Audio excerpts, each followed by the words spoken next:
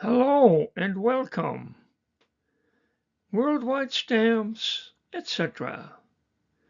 Let's take a look what we have here today.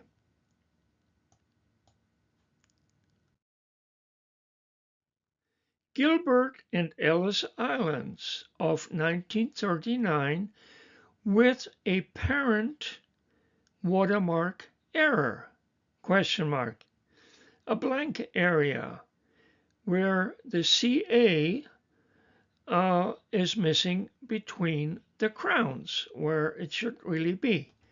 And in this case, it's in this area here. I'm not sure if these pictures, this one and the next ones, will show clearly the watermark. But anyways, I will try to explain this a little more detail. Okay, here we have the back side, and we have like the CA. This is a watermark 4 or the crown and multiple crown and CA. Here's a crown, then the CA again, and the crown again. But up here, and the same actually is true for the top up here. But in the, almost the middle, this whole area here is totally blank, with the crown is here and the crown is here. And then again, after that crown, a blank again. And it probably carries over to the next stamp and so on. Maybe the whole sheet is like this. I'm not sure, but I suspect it might be. So is it an error? Yeah, perhaps it is. It certainly looks that way. I have not found any explanation or indication of this in any of the catalogs I have, whether it's a Michelle, the Scotts, or even the Stanley Gibbons, which I also have, an older issue, but nonetheless. Um, so I don't know what's going on here, but I thought it was quite interesting, and I think such an item is probably a keeper and needs to be perhaps sent off to an expert for, proper analysis, I guess.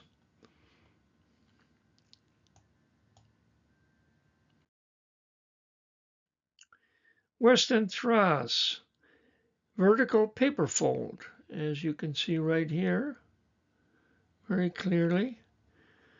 Uh, Probably an oddity of 1920 and a Switzerland 1939 soldier stamp on the right, just one of many that exist, which also have their own catalog. I don't have such a catalog, so I cannot give a value on this.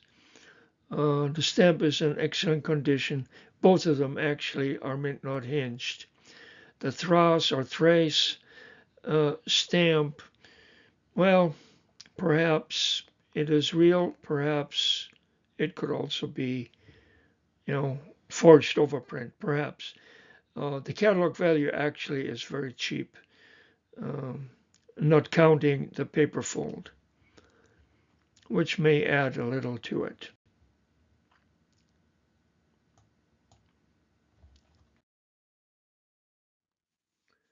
Switzerland of 1942, a single stamps, the catalog value is just about $5. But as I see tenant, as they were printed in such format in the sheet, a surprising, really surprising $75 in this particular combination only, meaning the German and Italian sea tenant, German on the left, Italian on the right. Now it could be the other way around, but these two languages, sea tenant is evidently scarcer in the overall sheet than others that have either one of these with a combination of the French version, which is only also very inexpensive, just a few dollars. So, yeah, we learn something new all the time. I had no idea about this until I looked it up in a more specialized catalog. Yeah, remember, if you have any German and Italian languages, that is the good one in this case. USA special delivery stamps with same catalog number but in different colors, but only the left color orange is listed. New color on the right? Question mark. Probably a case of oxidation. If so, surprisingly, even oxidation. Normally, you can see some color, the original colors here and there bleeding through or not oxidized or what have you. But in this case, it's quite even. So, well, maybe it is a color changeling. We don't know, and no indication of that either. I suspect probably oxidation, just overall. However, I don't know how that happened. I have no idea. Maybe chemical or light or something like that.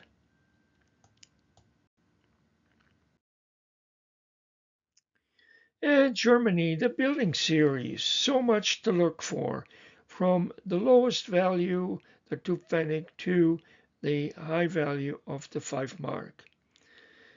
Um, Differences as to types, watermark position, perforation, and in some cases color. Certain margins in many listed plate flaws. So a lot to look for. Today I will just concentrate on some basics on the high denominations, the 1 to 5 mark values.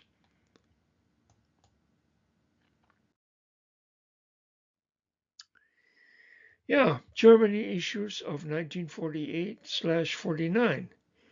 2 of each? No, just 1 of each. They are different, and we will take a look why.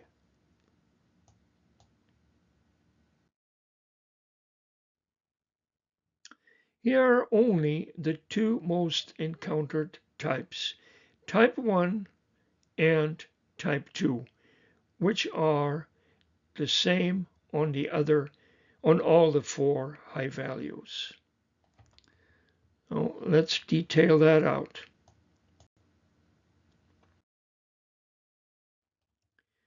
In the type 1, we have on the right tower horizontal lines in 2 positions here that go through, and we have 4 steps in the entrance here, just the entrance, starting at my pointer is not very tiny enough, but just those that are actually within the arch. 4 lines, 4 steps. And here in the type 2, we also have, besides the horizontal lines on the right tower, also vertical lines. Looks like a grid when you look at them. And the number of steps, we have 7 steps. Now there are subtypes, but I don't have examples, and I just talk about the most commonly encountered types and the differences. Here is a little bit better view of the type 1 with the 4 steps, 1, 2, 3, 4. And on the right side here, the right tower again, the horizontal heavy lines in these 2 locations.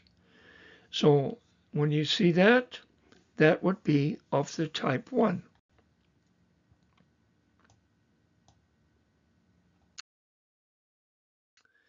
And here we have the type 2, which shows precisely 7 steps.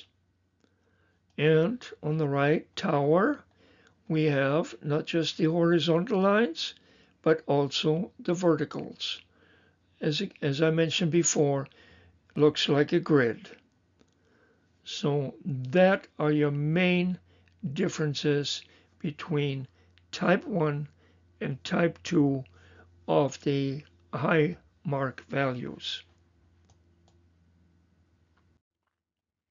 Here another example, type 1 of the 1 mark, the green one, the horizontal lines, the 4 steps in the archway, and the type 2, 7 steps. Sometimes the steps are not totally clear, but they're there. There's indications that they do exist. So you have to look probably with a magnifying glass to be sure. And the type 2 horizontal lines and vertical lines.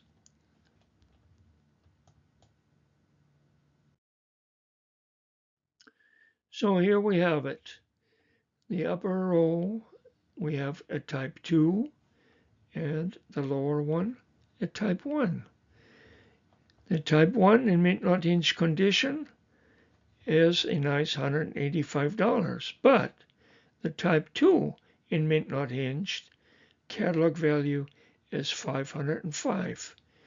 Now in used, many of these are not very expensive, but there are some better ones. So look closely. Maybe you have a better one, or hopefully a few. Anyways, that's the basic differences on the high values, type 1 and type 2.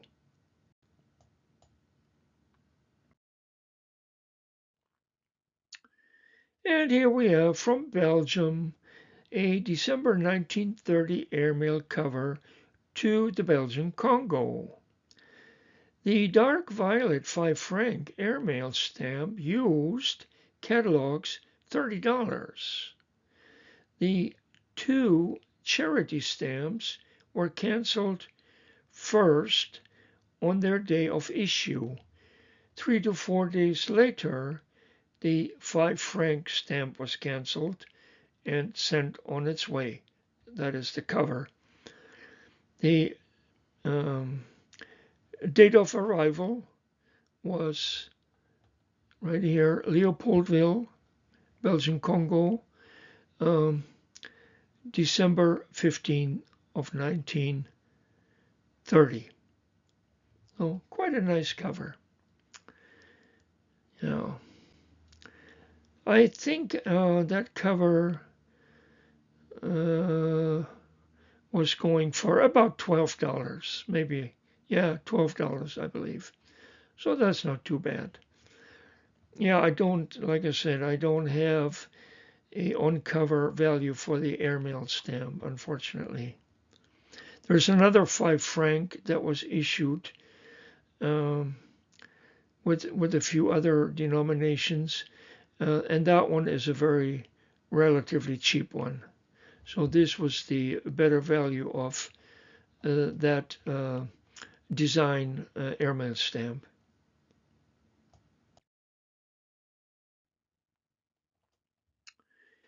And lastly, a clean France lot as shown on the internet, also sold for a total of $12.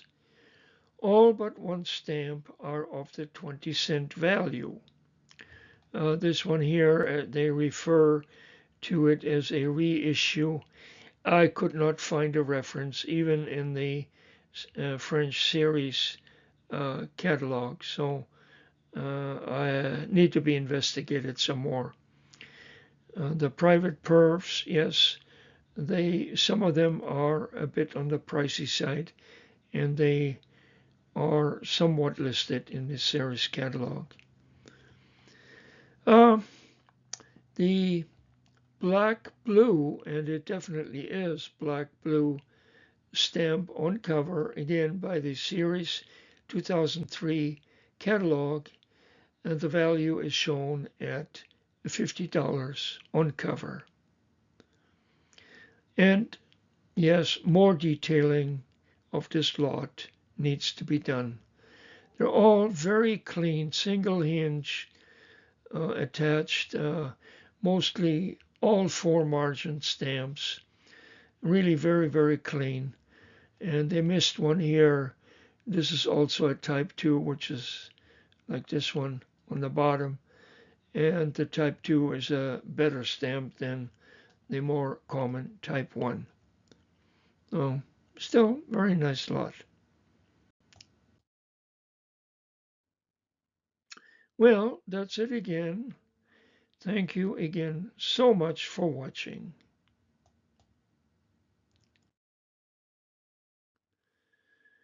Yeah, well, here we have it again. Treasures can be found. We have to be very careful checking them out, detailing them out. I always feel, as I mentioned many times before, good reference material is usually worth the price to get.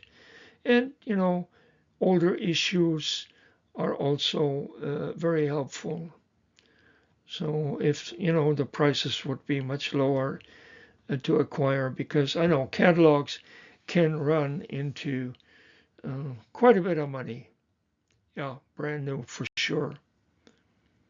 Okay, hope you all have good success and see you the next time.